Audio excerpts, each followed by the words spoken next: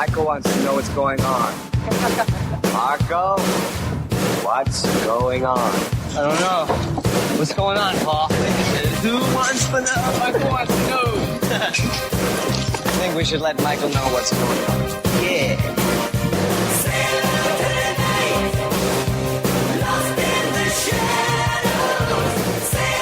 Break out the saxophone and the body oil. It's Now Playing's Lost Boys retrospective series. Just so you know, if you try to stop us or vamp out in any way, then I'll stick you without even thinking twice about it. In preparation for Lost Boys The Thirst, coming direct to DVD this fall, our Lost reviewers Jacob, Marjorie, and Arnie will be watching and reviewing all 3 films. We're dedicated to a higher purpose. We're fighters for truth, justice, and the American way. These podcasts will be spoiler-filled and may contain objectionable language. Listener discretion is advised. Now you know what we are, and now you know what you are. You'll never grow old, Michael. And you'll never die, but you must feed.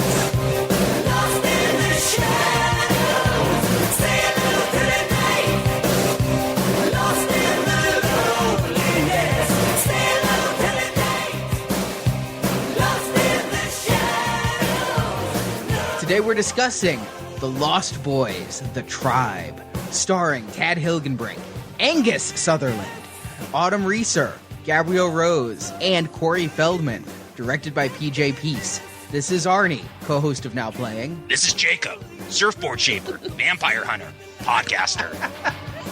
And this is Marjorie. This is the direct-to-video sequel to The Lost Boys. I think in the in-depth movie reviews Now Playing's done, this is our first direct-to-video review, coming 21 years after the original, just missing that 20th anniversary. And I have to ask, did we need a sequel to The Lost Boys? Was America ready? Now, if you would have asked me before I saw this movie, I would be all over that statement. Now, if you ask me at the end of this podcast, we'll see. You know what? I think the first Lost Boys was such a cult hit. There probably was, among those people that were really into it, a desire for this. You know, again, I had just recently seen Lost Boys for the first time. It's definitely a universe, a franchise, whatever you want to call it, a mythology, that I wouldn't mind revisiting again. You know, after seeing that, I found out there was this direct-to-video movie, and I sought it out. I wanted to see it. I was interested in learning more about this franchise. Now, I know that back in the 80s, they talked about doing a sequel and calling it The Lost Girls, and Kiefer may even come back. There was a reason Kiefer didn't explode or implode. They were going to say that they missed the heart, and Kiefer continued to live, and they never got around to it. And then they actually talked about making a remake of The Lost Boys and not having any of the original characters, maybe giving Corey Feldman a cameo or something. I finally found out they were really making the sequel to The Lost Boys when I was watching the A&E reality TV show The Two Coreys. And there was like a Lost Boys 20th anniversary convention, and they dug out the other Frog brother to join the Two Coreys on stage and talk Lost Boys. And there was this really pathetic episode. There was the scene where Corey Feldman has to tell Corey Haim they're making a sequel to The Lost Boys. Feldman's in it. Haim isn't. Haim wept. He cried like a little boy. Why wouldn't they have Haim in it? It would only make sense to carry over both the Coreys in a sequel. So why didn't they have him? Yeah, they didn't want him. They wanted to start a new story. They wanted to just give Feldman a cameo, and Feldman only agreed to return if he could reprise his role as Edgar Frog. And so that's why we get Edgar Frog, surfboard shaper. They also did a comic book as kind of a prequel to gap the two movies. Yes, called Reign of Frogs, Reign. How was that comic, Jacob? I let you read that. This was a 4-issue miniseries, and basically what it sets up is Edgar Frog is already a surfboard shaper, and a young man comes to him, wants to become a vampire hunter, because Edgar Frog's brother, that unnamed frog brother that we can never remember, Alan, has gone missing. And you kind of get this backstory where you find out the Frog brothers are like national heroes that no one knows about for vampire hunting, that there's this long history of the U.S. government fighting vampires, that it goes back all the way to the Revolutionary War, where basically the American colonies were feeding grounds for vampires. And the redcoats wore red coats because it would hide the bloodstains when they would feed on the colonists in America, which I think that is awesome. It's completely absurd, but I love that idea. You get scenes of Benjamin Franklin vampire killer, Abraham Lincoln vampire killer. It's so out of control, so over the top. I actually kind of liked it. But you find out it gets into this really awful story about how Grandpa, you know how much I loved Grandpa from the first film. He actually becomes a half vampire. You find out that David is actually still alive. You mentioned that sequel where the antlers didn't go through his heart. They bring that up. He's actually not dead. Max wasn't the main vampire. There's actually another main vampire, which they kind of bring in that Lost Girls. You get into this whole tribe of female vampires.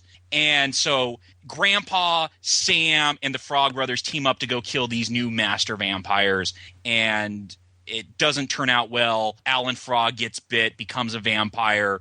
Grandpa dies. And then it just kind of ends. And in half the last issue, it cuts away to the surf Nazis from the first film. And you find out that one of them survived. And he crawls into the ocean to get away, and he becomes a vampire, becomes a half vampire, and feeds on a great white shark. And that is his first kill that turns him into a full vampire. And then he creates his new tribe, which is where we pick up. Well, I guess that leads into the plot summary for The Lost Boys, The Tribe. And we're not in Santa Carla anymore. We have a brother and sister, Chris and Nicole, moving to Luna Bay because Chris was a famous surfer, but after his parents died, he started having trouble with his temper, shattered the kneecap of a competitor. They're out of money, and so they moved to Luna Bay where their Aunt Jillian has rental property. They thought that they were going to get to stay there for free, but in fact, it's just very reasonable rates for Luna Bay. But of course, Luna Bay, like Santa Carla, has a vampire problem. There is a new tribe of surfer vampires led by Shane, played by Angus Sutherland, the half-brother of Kiefer Sutherland, and his, African cohort. There's an extreme sports cohort. I think he was a holdover from the next Karate Kid.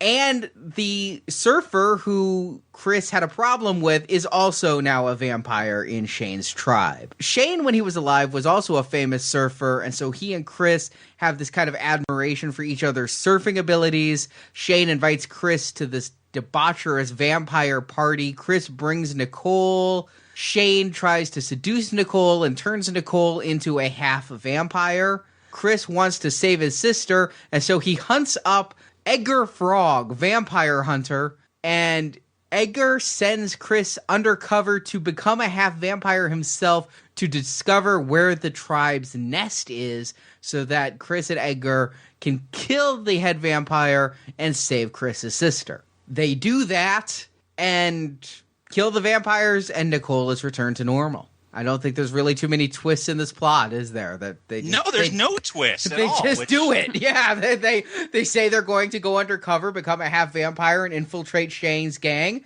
They do exactly that, and then they infiltrate the nest and kill all the vampires. And then it's over. There's no Max revelation, which kind of threw me. Yeah, it's just... I know, in fact, I go, that's it? I mean, seriously, you just like, oh, they ended it so abruptly there that I was like, there must be more. Maybe we saw a bad cut of the movie. No, there's only this cut of the movie. So it's just poorly done. Well, we could discuss that. I definitely think this film has some strengths in it. Well, let's talk about the very opening scene where we're introduced to the tribe, because it's got one of my favorite people in it. I can't say one of my favorite actors, but Tom Savini, who's just a cool motherfucker, is in there, and you see the surfers coming, and of course, Tom Savini was a vampire in From Dusk Till Dawn. He's been a zombie. He's been everything. He's a great makeups artist. And so you see the surfers on Savini's beach. Savini vamps out. There is a twist here. The surfers are also vampires and kill the Tom Savini vampire.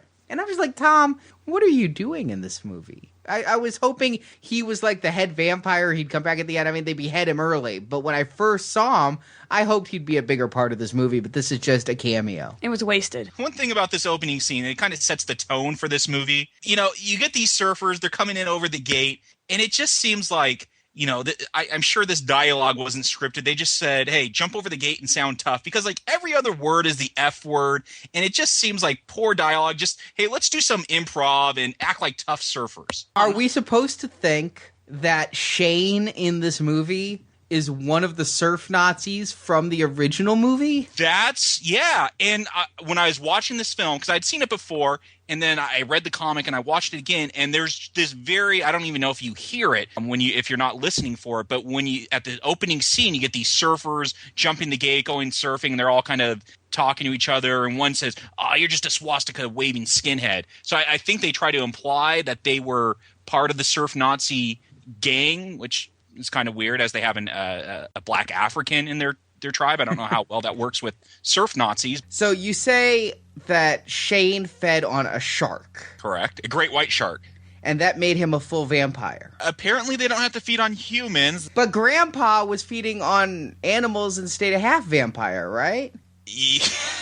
There's problems with this comic book. I think it's best not to take it into continuity. Maybe because he killed the animal first, and it wasn't a live animal, it didn't turn him into a full vampire. It doesn't make very much sense at all. But yeah, that's what we're supposed to believe, is that this new tribe was created from a survivor from the surf Nazi attack in the first film. At least if you go by the comic book, that's what you're to believe. I hate it when they do that. I really hate it. Stuart mentioned when we were talking about the Alien versus Predator comic books carrying on the story of Ripley. I hate it when they try to do these really tenuous ties and kind of kill off some of your favorite characters, killing off poor Grandpa. Well, they keep David alive, though. He never dies in the comic. He just kind of disappears, and you don't know what happens to him. If Shane was the vampire from the first movie, and Chris knew Shane from the surfing circuit, wouldn't he have looked at Shane and gone, you look really good for your age, or something? I mean, if 20 years have passed since he was human and could last surf, I don't think the surfing circuit goes at night. That's true. Yeah, that makes no sense at all. They got some timeline issues with this film. I didn't even maybe. There's no way to make that work. No, none at all.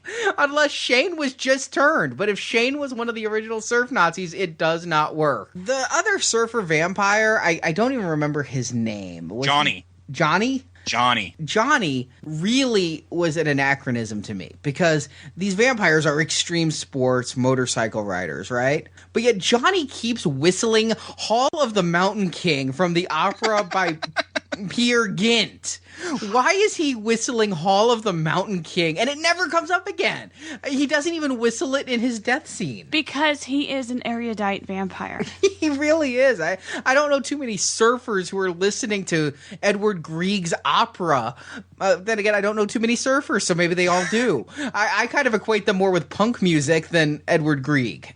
Yeah, I kept wondering that, because that piece of music, I had to memorize that to play on the piano for a piano recital when I was young. And I kept wondering, like, what, are they trying to bring up some theme from it? What the hell is going on? You know, like with Die Hard, with Ode to Joy, like that's throughout the entire film. It's a very strong theme. Here, they drop it down a couple times and it disappears for the rest of the film. Yeah, it's never even in the score. If it had been in the score during his fight, I would have so gone with it, because, like, if you've seen Needful Things, they put that in the score in such a powerful scene. It's a great piece of music. It's nice and gothic and actiony, but no, he just whistles it a couple of times. It's royalty free. They could have stolen it. It's public domain. And the other thing is, when he goes and picks up Chris to take him on his extreme sports ride, he's driving this like gangster car from the 30s. Yeah, I noticed that. Like, what the hell? These guys are extreme. There should be like a Lamborghini or something. No. Don't they drive around in like the VW things? Or how about an SUV of some sort, or a Jeep? Something extreme. We know these vampires aren't that old. You know, with the first Lost Boys, we weren't sure how old David and them all were. But here, we're kind of guessing they originated from the surf Nazis from the first film. So they've been around, you know, if they were in human years, they maybe be 40 or something. I mean, they haven't been around that long. If they had been around since the 30s, yeah, maybe they really dug that style or something, so they kept it. But that's not the case here. Well, we could ignore the comic book because it wasn't very good. So if you ignore the comic book, it could work. Or from looking at the sales numbers of that comic book, a lot of people did ignore it. But yeah, I don't think about this film too much. You're spending way too much time thinking about it. At least for me, it just said, hey, this is a direct-to-video DVD. This is not coming out in theaters. There just wasn't that quite the level of attention paid to things like dialogue in this film. Or acting. Angus Sutherland has nothing on his brother. My God. I realized he was only hired for his last name and to try to give us some kind of tenuous tie. He looks nothing like Kiefer, by the way. Nothing. Like And he he wasn't acting, so we can just throw that off the table. But it wasn't even reciting the lines. It was like he was a news anchor that lost his soul and was just randomly reading the teleprompter because there was nothing in the delivery. It was beyond dead. I can't even describe it. His inflection was in weird spots, and hopefully he's not going to be in any more movies. I hope someone... He is still working, sadly. It's that last name. But can you really fault him with the acting? Is there any good actors in here? No. Well, I mean, everyone's pretty bad. The aunt, she did that pretty well. I have to say, I know Tad Hilgenbrink. I have a deep, dark secret I'm going to have to share. I have seen all of the American Pie direct-to-DVD sequels. Oh my, this is a deep, dark secret. Where Tad Hilgenbrink plays Matt Stifler, cousin to Steve Stifler. I kept wondering, I'm like, is this the guy who played Stifler? When I watched American Pie Presents Bandcamp, I was actually shocked that they were able to get an actor who could embody Stifler as well as Sean William Scott did. But he's got the face, he's got the teeth, and now, unfortunately, all I could see when he'd make especially any kind of like facial expression with a smile in this, because he's got that toothy smile, I just kept thinking Stifler. It's because he always looks like he smelled something bad. You know, going with the American Pie direct-to-video thing, a lot of this reminded me of... I'm not like you, Arnie. I haven't delved that dark into my soul to watch those movies. Well, you can be the newbie on the American Pie retrospective series. Yay. But this struck me as how I imagined those would be. You know, we talked about the first film, how it had an R rating, but there's no nudity. I mean, there's some gore. This film... Tons of gratuitous titties in it. Lots of, nudity and sex in it. For really, no reason other than, hey, this is direct-to-video, and the people that like those American Pie direct-to-videos will probably like this too. I mean, Girls Gone Wild light at times, it came off to me. Then you get the girl, Nicole, who's the quote-unquote star, and she's too good to show her tits. Well, she's playing a 17-year-old who is having sex with people much older than 18. So, statutory rape. Awesome. I have a question about that sex scene. So, we know Nicole gets turned into a half-vampire, and she tries to kill the geeky boy, and then Angus summons her to him, where he proceeds to have sex with her. Is that rape? If you hold somebody in your thrall... Is that rape? Like I said, we know it's at least statutory rape. Yeah. I mean, and we talked about this with the first Lost Boys, is that they can change your perceptions, and you get a scene early on where he takes a dead rose and makes it look like it's alive. At least that's how I read that. Yeah, it was like a horrible ripoff of The Bachelor. Well, it was just lucky he keeps dead roses around whenever he needs to do that. Now, let's talk about the gang of vampires, the tribe. On the original Lost Boys, we talked about vampires being sexy. Who are these vampires sexy for? Not me. I'm not questioning my sexuality with any of these vampires. Is it like 17-year-old girls and old ladies with cats? The very first vampire to die, Lisa from The Shower, played by Monica Delane. Yeah, she's fucking hot. But you know what I'm saying? We talked about the sex appeal of vampires. So one thing, I mean, Twilight is a very seductive movie. It's high in sexual overtones, even just seeing the trailers. And this one, I don't think, other than the weird incestuous relationship, that there is a lot of... Yeah, I have to... And I guess the girl-on-girl action, but... Yes. The vampires weren't seductive. No. Unless you're an extreme sports douchebag fan. I started to get really irritated because I think that they ripped off another movie with this and just transplanted the vampires into another movie. Lost Boys? No. Oh. No. Another movie from that time period that is just phenomenal. Another Surf Boys movie. I kind of thought that they took a lot of the story and plot from Point Break and just made them vampires instead of dead president bank robbers. I think they surf. They're not robbing banks. So you've got this cool group of surfers that everyone wants to hang out with in this beach community. One guy, now he's not a cop or anything, but he's there with this other girl. The vampires or surfers take the girl, force him to do extreme douchebag sports in order to get the girl back. Okay, I see what you're saying. Yeah, and he has to infiltrate the gang and kind of go pseudo undercover, even though the gang kind of suspects that he's there to tear them apart. It's kind of there, but poor Tad Hilgenbrink will never come back from this statement. Tad Hilgenbrink is no Keanu Reeves. Oh, so sad. I 100% agree.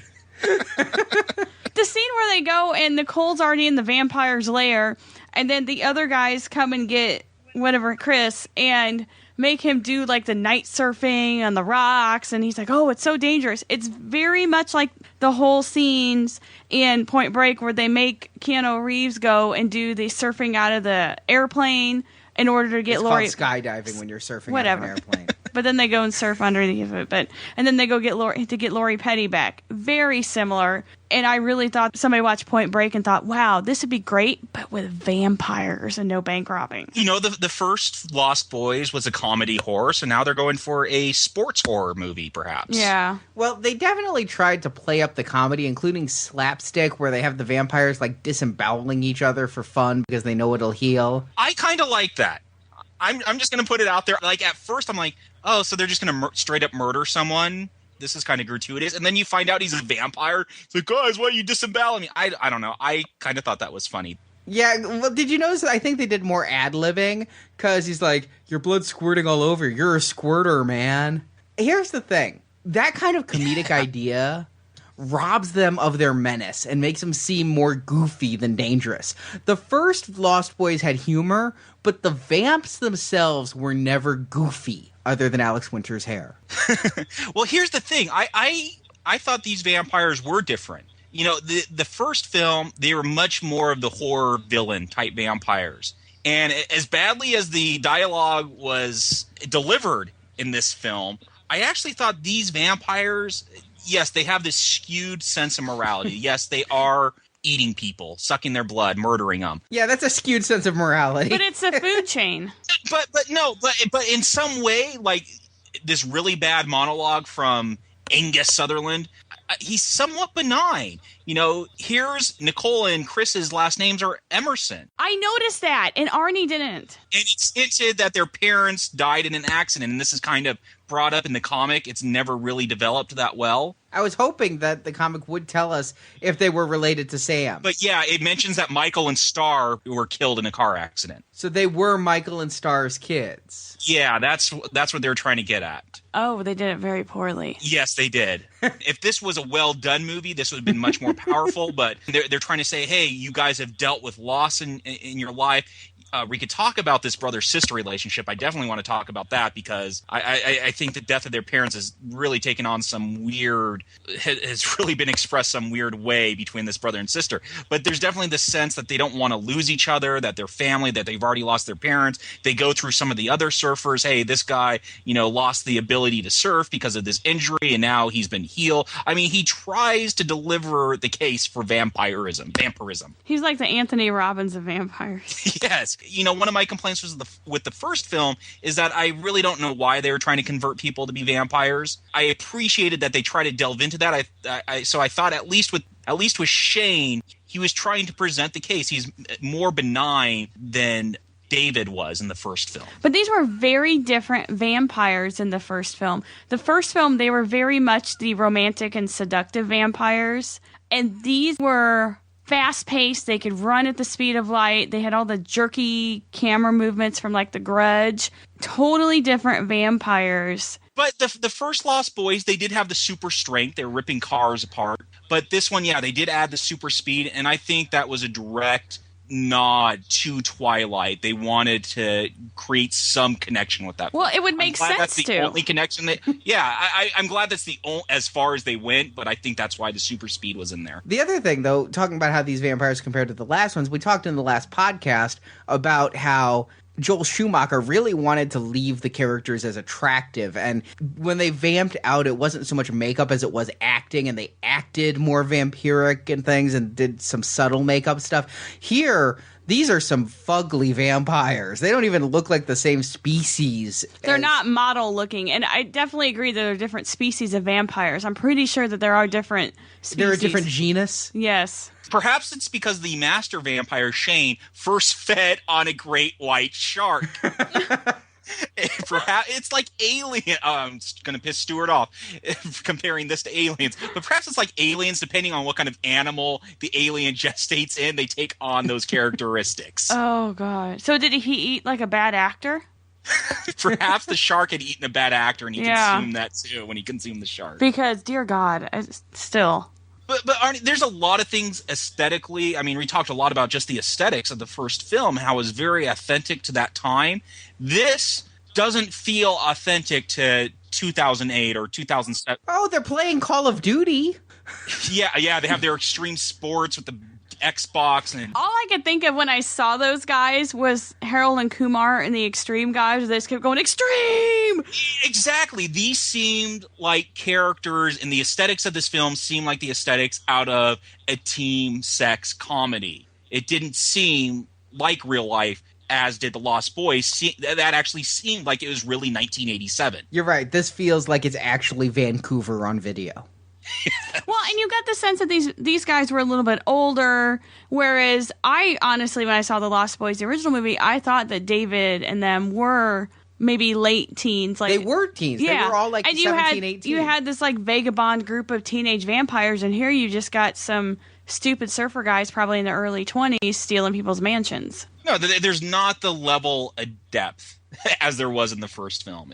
Again, you knocked Tad Hilgenbrink's acting, saying he's no Keanu Reeves. I'm just going to say PJ Peace ain't no Joel Schumacher. You know, I had to look up PJ Peace's oeuvre, and he hasn't worked much. Most of what he does is direct-to-video shit, like Smoking Aces 2, From Dusk Till Dawn 3, Sniper 3, and some TV work like an episode of Tremors the series. So, yes. Yeah, he's a hack. He's terrible. And you know what? I gotta say something here. The humor in this movie, when they try to mix the comedy and the horror, it's the wrong type of humor. And again, I'm not a Joel Schumacher fan, but man, was he deft at inserting the right kind of humor and giving it the right tone in the last movie and making it what was funny was the reality colliding with this vampire world. And what was funny was Feldman not realizing he's supposed to be funny. Here, the way it's written might have worked, but it requires a deft hand, and PJ Peace didn't pull it off right because it's not the right type of humor. It's the slapstick, extreme humor that you would find in an American Pie film up against the horror. It makes the feeling of the movie so inconsistent. What's great about some comedy in a horror film is you can be scared and then you laugh and you're kind of relaxed and then it scares you again. Here, it's just such an up and down roller coaster that all you do is feel kind of numb and just keep thinking the horror isn't scary, the comedy isn't funny, and this sucks. I kind of like some of the comedy in here. I totally agree. There's some that doesn't work. There's one joke that really works is the fat guy with the saxophone. Okay, Oh, I was going to yes. bring that up. I love that they had nods to the first film. I wonder if that's the actual sax player from the first I don't He's think just let it is. If himself so, go. he really let himself go. But I yeah. loved that they referenced the sax man because it was such a ridiculous thing that when Chris and Nicole, they move into that home, there's just a pair of antlers sitting around, and they're like, oh, this is kind of cool. I was wondering if that was just a reference to the first one, but then they actually do impale a vampire on it again. And then there's the scene, they're both in the car, and Nicole and Chris are in the car, and Chris gets out to go into the home, he's like, are you coming, little sister? Referencing one of the big songs from the first film, and they use it again here. And then, you know what? Corey Feldman, we could talk about him. He worked for me here. This is the reason, It takes 32 minutes for him to show up in this film, but once he does, I enjoy every moment he's on the screen. Really? You do? Yeah, you know why? No, I don't. I really don't, because I found him excruciating. I liked it because, you know what? Maybe I'm reading too much into it, but you get people like Mark Hamill who have come to just despise the fact that all they're known for is his role as Luke Skywalker, and he tries to do everything to distance himself from that. And you know what? I feel if you create such a great character, you know what? Just embrace that. It's a job. You're doing something for money. Embrace it. It's not always about high art. And Corey Feldman, he realizes he's Corey Feldman, that he needs a paycheck. And he totally embraces the role. I honestly think he doesn't think, oh, I'm Corey Feldman, I need a paycheck. He thinks, I'm Corey Feldman, and I'm the star of this picture because I am the Lost Boys. That's kind of the impression I got, too, is because, and maybe I'm biased because we did watch the two Coreys for like the first season, and he does have delusions of grandeur about this movie. Okay, and maybe that's the difference. I didn't watch a bad reality show. For me, it didn't seem like he was trying to fight against the role and trying to elevate it because now he thinks he's some great actor. Well, he certainly didn't try to elevate shit. But I have to say, here's why he didn't work for me in this film. There's a number of reasons. Now, first is that horribly affected voice. I think he should have left the voice at the door. In the first one, it was kind of funny because he was trying to sound like a man, and I guess he was trying to carry that performance through. But when you see the 35-year-old guy talking like that, it comes off wrong. And the second thing is, the humor that he had in that first movie was unintentional. Corey wasn't in on the joke because he was a little kid acting like Rambo, and that's what's funny. But here, if you watch it, he's so old and he's not anything ironic to be in this role. So he actually has to try and tell jokes like Surfboard Shaper, Vampire Hunter. Yeah, he has no comic timing at all. Notice that no one's beating down his door to put him in other movies, though. No, but I don't think that's what he was trying to do.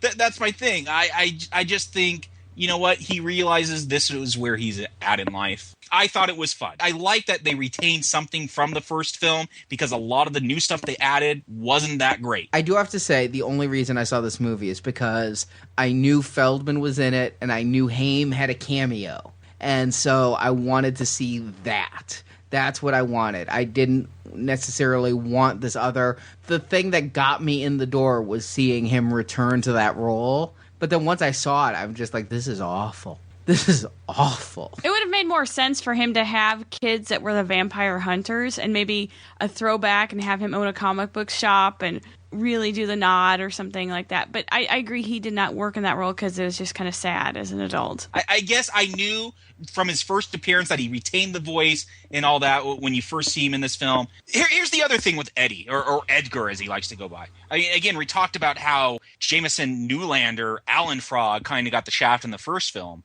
And he's totally out of the picture in this film. And they keep kind of mentioning that Edgar is dealing with the fact that his own brother, both vampire hunters, was turned to a vampire. Yeah, because he has a lot of sympathy for Chris and the sibling turned vampire. So it's really hinted at that his brother went vamp. But I don't think it's ever explicitly stated until we start talking about some of the cutscenes. That is correct. I guess I can appreciate that they attempted some kind of emotional depth with Edgar Frog. The execution's pretty awful, but I can appreciate that they tried to do something. What I really want to know, just desperately want to know, is, was this explained in the comic book, Jacob? At what point did this character arc change from running a comic book shop to being a surfboard shaper? I was totally wondering that.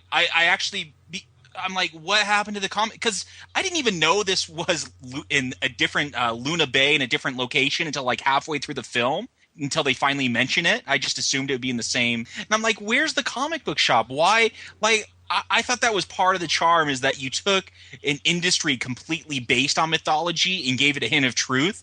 And that was part of the charm of that first Lost Boys. And here we're doing the extreme sports thing. You know, we had our motorcycle chases, and now he's a surfboard shaper. It's just too convenient that this tribe of vampires is surfboard people.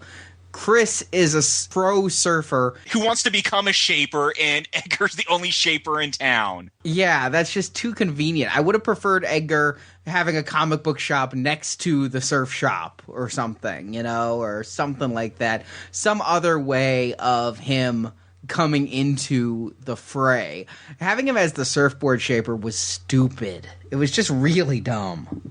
I mean, I understand he gets to say the funny line, surfboard shaper, vampire hunter, but beyond that, oh God, I wanted to punch somebody. It was so bad. Why is Feldman wearing the same clothes he wore in the first movie? Because he's that little boy. He's a little boy stuck in a man's body. That's why he still uses the voice. Because part of the charm was his character in that first film. There's a lot of nods to the first film in this movie. And I think they just wanted to do something else to identify with that first film. Try to steal some of its greatness. Well, they made him recite the exact same speech he recited from the first one. No two vampires go the same. Some explode, some implode. I'm like, that would have been a place for humor. Because assuming you're making this for Lost Boys fans, we've heard the speech. So this is the time when you kind of mix it up and have, like, Chris having some kind of ironic reaction to that speech that we've heard so many times watching the first movie. Or some reference, you don't know why they die differently. Didn't your uncle tell you anything? You know, referring to Sam or something, you know. That would have really tied it all together or something, because that was missing. Do you guys feel that this was made for Lost Boys fans, or do you feel it was capitalizing on the sudden popularity of vampires? Yep. and the Coreys. I mean, they came back. They had a sudden resurgence in pop culture with their show. So I think they were trying to satiate both crowds, people that had just found out about the Coreys, the Twihards, and the Lost Boy fans. Truly, this is the last Corey and Corey film. Mm-hmm. But we'll talk about Corey Haim at the end. Okay, this is just camp. It's not, the Lost Boys you could kind of approach as a serious movie. There's a lot of depth to it. This is played off as camp, especially when Corey gets there. So, yeah, I laughed. I laughed at all his stupid one-liners because they were ridiculous. But I thought he had some funny one-liners. I think in a different actor, they could have been funny, but Feldman has the comic timing of a turtle. Some of the jokes in this movie did work for me. I actually really liked the joke where Nicole is like, I can't be a vampire, I'm a vegetarian. Because that kind of was like the humor from the first one, making fun of today's society and all the, uppity vegetarian people and that. And I also thought that was a good slam on Twilight, because Twilight's all about the vegetarian vampires. I did not know that. They're not, I call them vegetarian vampires. They feed on animals because they don't want to drink human blood, so they're kind of like the vegetarians of vampirism. They did that in an interview with a vampire. Louis only fed on rats. Yeah. With Nicole, she did have some good lines. I don't know how serious this line, but when she's like, you teamed up with a surfboard shaper / vampire slayer to kill a guy I'm totally crushing on.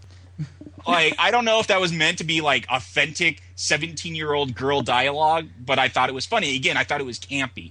I don't think any real 17-year-old would say that, even if they were dealing with a surfboard shaper / vampire slayer. But it was funny, because it was so campy. I don't want dumb movies. I don't want a movie that is, like, reveling in its own stupidity. I don't want to watch Jackass the movie.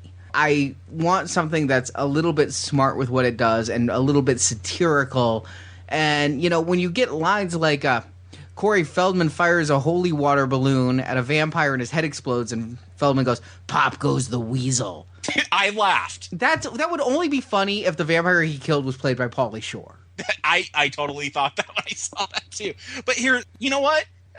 And again, I think this is just a different preference. Sometimes I'm in the mood for Jackass, and I just want to see people do stupid things, and I sit there and giggle to myself. I could enjoy spending a couple hours like that. The jokes didn't make me laugh. They didn't. I did laugh when Aunt Jillian came over and brought a movie for everyone to watch, and it was Goonies. I laughed at that. I laughed at the vegetarian line, but most of the humor fell on its face. Its smushed up vampire face. What about the final scene with Aunt Jillian where Nicole and Chris are covered in blood sitting on the couch and Aunt Jillian busts in, I know what you kids are up to and you're going to have to stop this right now. I know you're smoking pot. Yeah, I thought that was funny. That was funny because it's a reference back to Grandpa. Anything that referenced the first movie I liked. I liked the fat saxophone player, and I like this because you think, oh, the aunt knows all about it just like Grandpa knows about it. But no, she just thinks they're smoking reefer. We have two very, I guess, different takes on humor and what works and what doesn't. So depending on who you agree with more, Marjorie and Arnie's reviews or mine, I guess that will match your opinion as a listener. Here's what frustrates me as a viewer. I think this movie had a great concept. I loved the thought that this brother-sister relationship was so tight that when the sister becomes a half-vampire, the brother is willing to risk his life and become a half-vampire and infiltrate the gang. And, I'm probably going to get way too deep for Lost Boys, the tribe, but it had a Heart of Darkness type of concept to me. Like, he had to go deeper and deeper into the depths of his own soul, and how far would he go? Would he sacrifice his own soul and become a vampire to save his sister and all of that? But it plays out so cheesily. I was frustrated by this movie, and Jacob, you know this story. You've made fun of me saying I write Lost Boys fanfic, but I'm a writer, and I saw this, and I loved the Heart of Darkness vampire concept so much, but thought it was executed so piss poorly that I'm like, I'm writing my own goddamn vampire novel, and I'm going to take what was the gem of the soul that was good of this, the concept of the Heart of Darkness vampire, and running with it. And now that I've spoiled it on a podcast, I'm going to abandon that project and somebody else can steal it. But, that was a nugget that I thought could have been such a good story. I thought the first Lost Boys movie had a good story. I thought this had a good idea that was executed poorly. But the problem that you got was you didn't get enough backstory, and it required homework, which I hate that my movies require homework. Since I didn't read the comics, I didn't know that they were supposed to be Michael and Star's kids, and they just kind of glossed over all of this, and I caught the Emerson thing, but I just thought maybe it was cousins or something because they never really mentioned it. And I think that they spent way too much time on crap before the first 32 minutes, you said, before Edgar Frog showed up, building up with hardly any vampires. And it was just a whole bunch of nothing. Hardly any kills. Yeah. There is such a long period of this movie there nobody is killed. In the first movie, we talked about how it was a build-up, and you didn't see the vampires, but people were being killed. In this movie, you start with the Tom Savini kill. He's not even a human. And then, an hour and 15 minutes goes by before finally they slaughter some beach bimbos. I thought that was awesome, too, because there's one scene where Chris kills one of the vampires, and the gratuitous blood coming out of his mouth goes on so long. And it was like The Exorcist. Yeah, you can't believe it. It just keeps going and going, and it's such volume coming out that it was awesome. Artie, I think we're similar. We both, have studied writing, enjoy writing, and yeah, I watch this and I see a much better film in the bare bones of it. Like you said, the Heart of Darkness stuff. How far are you willing to go to save someone you love? And I totally agree. The execution sucked. No, I guess pun intended, since it's a vampire movie. But it's kind of like going back to when I first showed up on Now Playing with the Saw films. I admired the ambition some of those films have, even though I didn't ultimately recommend them. I could admire a movie because of some of its ambitions. And I guess where I fall on this, there was enough here. Yeah, it's a campy B movie that has some decent ambitions that it tried to succeed at, but I ended up having fun with it. And so some of those flaws, not all of them, there's a lot of bad with this movie. There's a lot. But it didn't bug me as much as it might with some other films. I just looked up this writer to see if maybe the writer had a good idea and it just didn't have the budget, or the director, or if the writer just sucked. And the writer does suck. He's doing Tremors television shows. No, that's the director. Oh, okay, the writer. He did this horrible movie I wanted to like called Clive Barker's Saint Sinner. He did Man Thing, the Marvel comic movie, and he's doing the upcoming Lost Boys, The Thirst. So, So we could probably just replay this, and it's probably going to come along similar lines. Now, you said you wanted to talk about the relationship between the brother and sister. I kind of wondered in the back of my mind, especially when he says, "Come on, little sister," if, like, the writer just listened to that song and is like, I'm going to make that song the essence of the next film. Because this entire plot could kind of be summed up by the Cry Little Sister lyrics. Yeah, you brought up in the first podcast, hey, was there some incestual undertones to this song? I'm sorry, Chris is getting it on with another woman in a shower. They're buck naked going at it, and he's like, oh, I gotta go. I gotta find where my sister's at. It's even called out, because, yeah, the chick's like, yeah, she's like, oh, you want to go that way? Yeah. She suggests incestual role play. Like, there's just... Was it incestual role play? I honestly thought she was suggesting an incestual three-way. I took it as role playing, but again, that comes down to, I guess, sexual preferences between you and I. There's just some weird tension. Like, this brother is just like a little too protective. Chris is just a little too protective of Nicole in this film. He is. It doesn't come off as a brother-sister relationship. Not at all. He should have really been the big brother. And I mean, I realize their age difference wasn't as different as it was between Sam and Michael. But really, he did not come off as big brother. He came off as jealous boyfriend. And when, like, Angus was taking her back to have her first kill and have his way with her again, and he's like, I'm coming too. Yeah, that was a little uncomfortable. Well, even Nicole's like, right before she has sex with Shane, she's like, what about my brother? I'm like, there's your incestual threesome. Like, there's some weird stuff going on here. Yeah, it was definitely there. I think, and I don't think it was written that way. But I think it was acted that way. And, you know, who knows? Maybe Tad just really had the hots for Autumn, but it really came through in the filming. And it's glad that somebody had sexual chemistry, because Angus was speaking equivalent of a blow-up doll in this movie. Really. I mean, he had that much inflection and that much facial expression. Yeah, he was definitely, you know what, I told you, with the first film, Kiefer, under the right circumstances, if he was playing that role and rehooked up, something could happen there. I mean, he was rocking it. Angus... No, he had the bad, greasy Creed hair and just no personality. It was just bland. I don't see why she would be attracted to him. He doesn't even have a good motorcycle. Now, did you guys notice that little guy that had a crush on Nicole looked like he could be Crispin Glover's bastard son?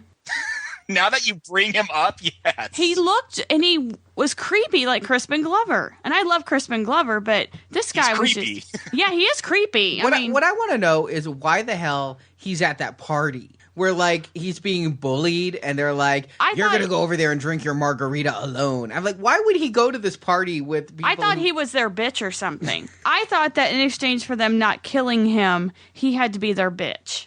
And that's what I thought was going on. He was their whipping boy. He was abused. He did whatever they needed in exchange for going to the parties, although I don't see why he would be friends with them. Make out. It was like a live-action Girls Gone Wild. Yeah, I mean, that that party was ridiculous. Girls are just making out. Again, it's Girls Gone Wild light at this party. You have chicks just belly dancing by fire pits for whatever reason. I mean, I would just go. If there were parties like that, I would go. I mean, these are the parties I read about on Text from Last Night. I don't think these parties really happen. Jacob, you live in Porn Valley, do they? Those parties are very secret, so I wouldn't have any insight into that. But you know, the vampire parties or the porn parties? The porn parties. No, but I went. I didn't go to college out here in California. But in high school, I went to lots of parties, and most of those parties were people sitting around passing the bong and just tripping out. I went to the same kind of parties in college. Yes. Including with an actress who will remain nameless. One of the things that I said I liked about the first Lost Boys was the over-the-top B-movie type gore, just out of control. So let's talk about some of the kills, because I like that they retained that kind of B-movie. Marjorie talked about vomiting blood all over the place. I like that. we don't have anything nearly as inventive as Death by Stereo, but I still felt the kills were fun, that there's a lot of good over-the-top gore. All right, here's my problem with the deaths of the vampires. I didn't feel like they were earned. I did like the one on the beach with all the vomiting. That was an That earned was kill. awesome. When he got impaled by a tree branch. To go back to my Heart of Darkness thing, I thought Chris was a vampire. I'm like, oh shit, he just made his first kill. He killed another vampire. I didn't even put together that Michael killed David and was healed. But I thought Chris had taken that step to protect his sister. He'd made a kill. Oh, you thought you ate? No, I just thought he killed the vampire. He was willing to become a full vampire to save his sister. Yeah, that's again going back to what I thought was going on. Is now he was damned, but his sister wasn't. I thought that, but at the end you get your final 3 kills with the last 3 vampires, and the death that disappointed me the most was, I mentioned this before, Feldman and the water balloon. This was the best death. Why did it disappoint you? Because it wasn't built up to. You've got Feldman walking through the shadows, and this vampire's taunting him. And then the vampire shows up, and Feldman throws the garlic bolo. Best weapon ever, might I add. A garlic bolo. And he pulls it out. He goes, you know how to use this, right? And I'm like, it's a garlic bolo. And then Chris is like, I don't even know what that is. It's a garlic bolo. I'll keep it. He throws the garlic bolo, and it misses. And the vampire says something taunting, and then Feldman shoots him in the head with the water balloon. I wanted more of a fight. If you're only going to fight 3 vampires at the end, look at the first Lost Boys. All 3 of those deaths had a good fight. Sam shoots with an arrow, and the vampire gets back up, and they talk shit, and then there's Death by Stereo, and the death is prolonged. And the vampire comes in and starts screaming at him, and then Nanook kicks him into the tub. These are deaths that happen in the end of an action scene. This is a vampire standing there talking smack, dodging a bolo, and then his head explodes. I wanted more of a fight there. The way we kind of got between Chris and the African guy, they're kind of going back and forth about who's gonna die. I wanted more of a fight before the head exploding. I like the head exploding concept. I just wish it was more earned. Here's why I like the scene. I talked about the comic and how I kind of like absurdity. I mean, the idea of a holy water balloon, I think, is pretty awesome, especially when you're going to fight vampires. I like the fact that it's not just a holy water balloon, but that he has a holy water balloon launcher, like a grenade launcher that he uses. Like, I kind of like the absurdity of that. I liked how it was just a sudden death, too. I agree. There needs to be the more prolonged fight. And it was just a shock. All of a sudden, this vampire's head is blown off. It reminded me of the scene in Raiders of the Lost Ark where Indy's going up against the swordman who's doing all these fancy flipping the sword around, and Indy just pulls out the gun and shoots him. And it's just so sudden, it just shocks you. Like, what just happened? That's why I like that. That worked so well in Indy because, again, it was kind of built up to the swordsman doing all these moves, and you're thinking, oh shit, Indy's fucked. And then Indy shoots him, and it's great. But here, the vampire's just standing there. I wanted more of a fight. The other thing is, Indy fought a lot of people in Raiders of the Lost Ark. We have 3 vampires to fight at the end of this movie. There's not even a twist ending where there's a bigger head vampire than Shane. So it's like I wanted it to be protracted more. I wanted the fight to give Feldman more danger. And I don't even know if he ever saw the same screen as this vampire. They're never on frame together.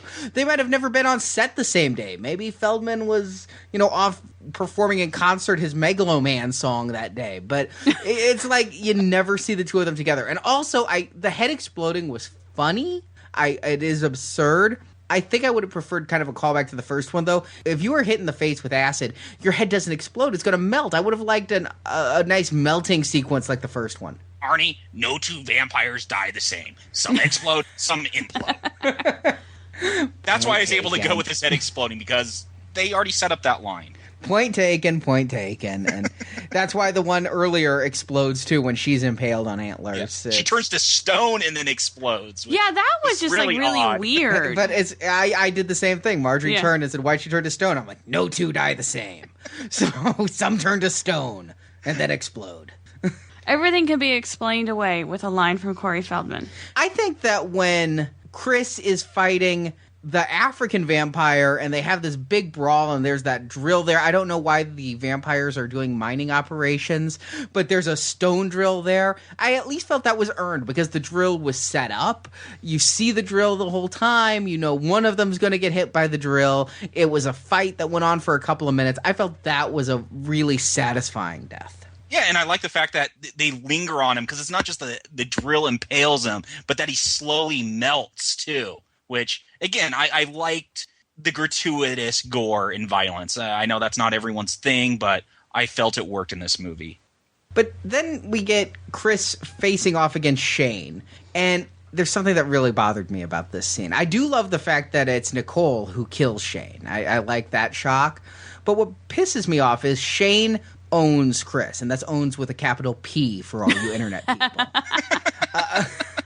But Shane has Chris down and is pummeling him in the face, and I'm thinking, you know, we've seen vampires disembowel each other. Shane has been a vampire for a while. He should know punching a fellow half-vampire in the face ain't gonna do shit. Yeah, I wonder why he just didn't go straight for the ripping out his pneumothorax. I mean, why didn't he just go straight for that? I don't think either Angus or his character Shane know where the pneumothorax Probably not. is. But I mean, you understand? I mean, if I was a vampire, I'd be using my powers all the damn time. I would be like going across the room at lightning speed and 2 seconds flat all the time. Like, I'm here. No, I'm over there.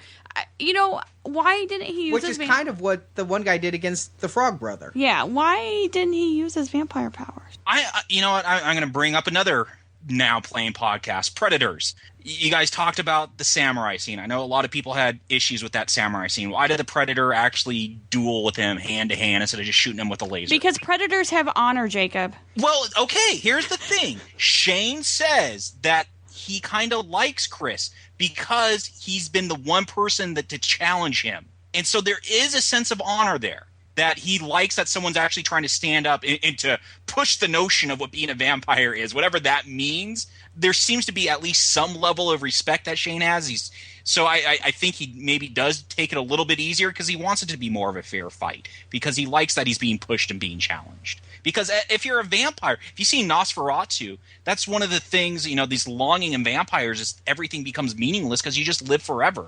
And you just see everyone pass away and die, and it's not a very happy life. So I think Shane liked the fact that someone was actually challenged to him for once in his life. But the thing is, I could have seen this being, if they had more money, an ultimate fight, because we see that Chris also has the super speed. Even though he's only half a vampire, he's got all of the powers, just like Michael did. Michael could fly. I mean, sure, Michael was like the greatest American hero and couldn't control his flight. But, you know, they have all the vampire powers and none of their weaknesses. They're like Blade. So I would have loved to have seen a vamp on vamp action, but or even, you know, we've talked a lot about threesomes in this podcast. Even if it, you know, you have Shane as this ultimate vampire, or at least he's the head vampire and really strong, that you actually have Chris and Nicole and Edgar Frog team up, and you get this full-on battle where he's able to take on the three of them because he is such a strong vampire. Something more. I felt this final fight was a bit anticlimactic. I did like, though, again, Nicole coming up from behind, and Shane's look of betrayal was the only moment where I ever related to Angus. He saved all his acting up for that, for that one moment.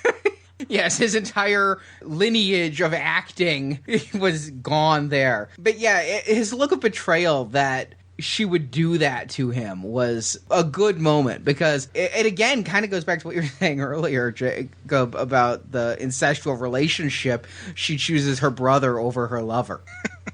So we talked about how we were all surprised because there was no twist ending, and I was totally expecting it because that's what happened in the first film. Did you guys think Aunt Jillian was going to end up being like the head vampire or something? Because I totally thought she was going to be the ultimate bad guy at the end. I wondered when I first saw this, because I felt like there had to be more. Because, again, the ending felt anticlimactic. It felt like there needed to be a better ending than we got. And so I was like, all right. But I was trying to think, what adults are in this movie? We kind of see the Minnesotan sheriff for a few scenes, and Jillian, she's the only adult in Luna Bay. The only problem is we saw her in the daylight when she's showing them their crap shithole apartment, and like the homeless people living in their backyard is broad daylight. If that had been a nighttime scene, I would have thought it more. Yeah, but they came up with a reason that Max didn't show up and when with the garlic and he had a reflection in the mirror. I mean, they came up with, so I thought maybe they'd pull something out. Sunblock? Something.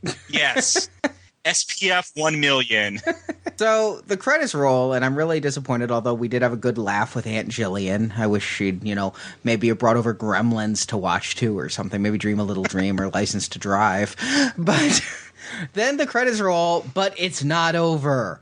The scene that I've been waiting for the whole goddamn movie finally arrives. Corey Haim is a vampire, and he and Edgar Frog are about to fight. I think that it would have made a much better movie if they had found it in their heart to put Corey Haim in the movie as the head vampire. Or at least some revelation. Maybe Edgar overcomes his vampire bias to team up with him. I mean, something. Yeah, that would have been a wonderful thing, as he has to work with a vamp to fight a vamp. Let me tell you something, though. I was so excited for The Lost Boys 3 when I saw that scene. I'm like, they're going to give me the film I want. Feldman versus Haim. The closest we've ever... Is that like Alien versus Predator? Kind of. The closest... That would be awesome. They have to fight to the death. The closest we've ever gotten to Feldman versus Haim is in Blown Away, a 1992 movie with Nicole Eggert, where they're both like fighting over the girl and trying to kill each other. Sadly, I'd like to think that you're pulling this all out of IMDb, but I'm pretty sure you know this all by heart. Exactly. But I want that. That's the Lost Boy sequel I want. I want the Frog Brothers and Haim back together. I mean, I really would like to see Kiefer and Jason Patrick come back, but yeah, that's okay, not going to Jason happen. Patrick maybe, because he's not doing much. Yeah, Speed 2 kind of put the kibosh on him. I mean, I realize we're not going to get back any of the big stars. I don't think Diane Wiest is going to take a break from her Law and Order to do a direct-to-video sequel. I just wish that we could have gotten something that was more of a direct sequel and less of a tangentially related pseudo-sequel that had one carryover character. Feldman versus Haim, where Haim is a vampire, is a movie I would pay a lot of money to see, especially now that he's dead. I guess I'd have to pay a hell of a lot of money to some deity. And he would have to be a vampire.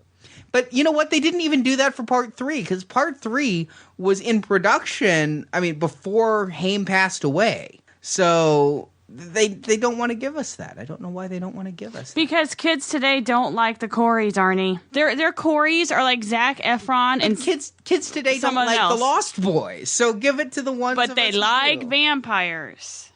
Well, here's my question, where this third film is going, because there's 2 alternate endings to this film. Yeah, there are 2 alternate endings on the DVD. I had to watch them on YouTube. So here, in both the alternate endings are pretty similar. It's Corey and Corey. They're meeting on a beach, and Corey Haim as Sam is not a vampire, and he comes to Edgar Frog and says, "Hey, I need you to give me some supplies. I need some steaks. There's someone coming." And you keep getting this mysterious shot of this hot rod zooming down the street, and you find out that this is Alan Frog, and he's like this badass Rob zombied out vampire in a hot rod with like blacked out windows with a little peephole or video screen so you could see where he's driving, which again, totally absurd, and that's why I loved it. That's what they set up, is that Corey and Corey are going to team up to fight Alan Frog. And then in the second alternate ending, it's pretty much the same scene, except you see Corey Haim, he pulls down his shirt and he reveals that Alan Frog has already bit him and turned him into a half vampire. I like both those endings. What I like about the original ending that they did include is all of these endings actually imply some bad history. Something went bad between Sam and Edgar and Alan. And I do like that. I want to know more about that. And sadly, I don't think I ever will. Yeah, so I don't know where this third film's going. If it's going to... I know Jameson Newlander is going to be there to present Lost Boys The Thirst, so I don't know if they're picking up those strings that they hinted at in these alternate endings or what. I'm kind of intrigued. Though I am very sad that there is no Corey Haim, there is no Sam Emerson that will be returning for this film. Even though he was around, they didn't include him. And I'm looking at the cast list, and this is very strange. It does have Corey Feldman and Jameson Newlander both back as Edgar and Alan Frog.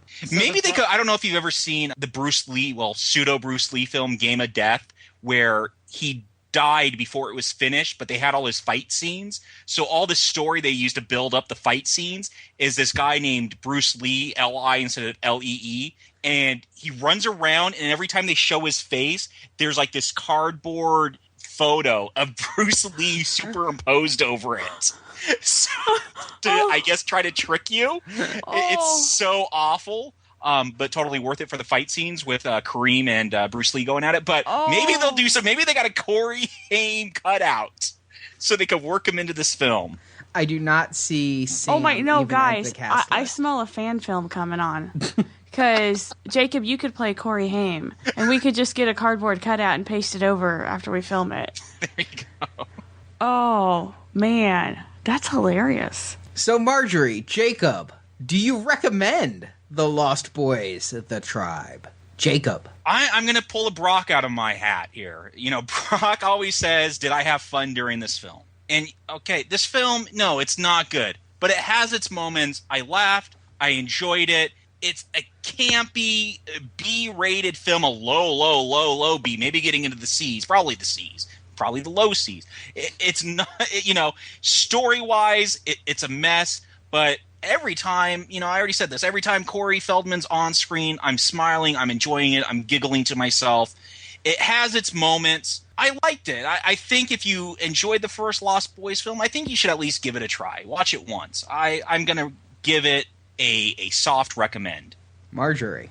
I'm going to have to say no, because I really didn't know much going into this except what I had seen on the Two Corys reality show. And I was really hoping for a much later sequel, kind of like how Terminator 2 was like freaking awesome and had all the right mix of nods to the first one with a great new story. And this one was not even The Lost Boys. It was just a generic vampire movie that they let Corey Feldman be in.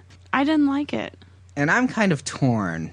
Jacob, I mean, one of the last movies that we reviewed with you on Now Playing was Inception, which is perhaps one of the best films we've ever reviewed for Now Playing. It's Definitely. Just so well made. This is really perhaps the worst made film I've ever reviewed for Now Playing. With its Worse than Jason Takes Manhattan or any of that. This cinematography makes Jason Takes Manhattan look like Inception. I mean, Jason Takes Manhattan was at least on film. This is obviously a DV consumer-grade camcorder. The directing is amateurish. The acting, I don't even think there is acting. There's just people reading lines. It is a visceral thrill. It's got a good soundtrack. I actually bought the soundtrack to this movie on iTunes. The hard rock version of Cry Little Sister and the song that's in like the opening that's by some band I've never heard of, but it just sounds like it's AC/DC, but it isn't. Oh, it's not. I totally thought it was AC/DC. Yeah, I know. Every time I hear that song, I think it's like an 80s classic song. It turned out it was written for this movie. But it sounds just like a great period song. Nah, I just can't recommend it. I mean, this is... I can't decide if this is so bad it's good. It's just... It's so bad it's bad. It's got some funny moments to it, though. But I don't think after seeing this performance I'll ever be able to say, yes, I recommend anything with Angus Sutherland in it. But I don't know if I'll have fun with our next movie. We'll see at Comic-Con. The Lost Boys 3... The Thirst, but we will find out. Marjorie, Jacob, what does the Force tell you? What are you feeling about that film? After this one, I'm kind of optimistic. If it's got what I liked in this one, then I'll be happy. And if it builds at all off of those alternate endings, with Jameson Newlander all Rob Zombied out, I think it could actually be a lot of fun. At least Corey will be in the audience with us. Yes. Marjorie? Well, my goal is to get my picture taken with Corey Feldman, first of all. I think that it's going to be a lot of fun watching the movie at Comic-Con, but I don't really have any high hopes for it. I don't think it's going to be a nod back unless they really expand upon the Frog Brothers, and then I will enjoy it. I have hope. It's the director's first work in English. He's an Italian director who's done some work over there. Sometimes when people cross a sea and do some work here, it really pays off, like with the J-horror. It's got the same writer, so I'm a little nervous, and it's got Corey Feldman back, and I bet he brings the voice with him. But I have optimism. So we'll find out next week.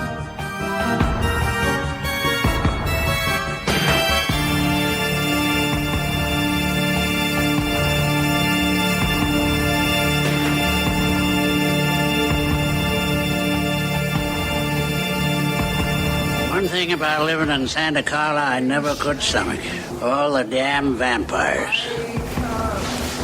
Thank you for listening to this episode of Now Playing's The Lost Boys retrospective series.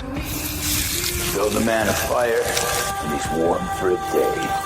Light a man on fire, and he's warm for the rest of his life. Be sure to head to our website, nowplayingpodcast.com, and listen to our other movie series reviews, including A Nightmare on Elm Street, Friday the 13th, Halloween, Terminator, and more. I went to the website, filled out a couple forms, and clicked Ordain Me. If you enjoy Now Playing, please support the show. You can find a link to donate to the show using PayPal from our homepage, or you can buy Now Playing t-shirts, coffee mugs, mouse pads, and much more at the Now Playing Cafe Press store. How much you think we should charge him for this? Support from listeners like you help keep Now Playing operating. And while at nowplayingpodcast.com, you can find a link to our forums where you can discuss these films, as well as links to our Facebook and Twitter pages, where you can read our movie mini-reviews and chat with other listeners about the show. Just like one big happy family. The Lost Boys and all the Lost Boys universe contains is the intellectual property of Warner Brothers Pictures, and no infringement is intended. Even though you're a vampire, you're still my brother. Now Playing is a Venganza Media production, copyright 2010.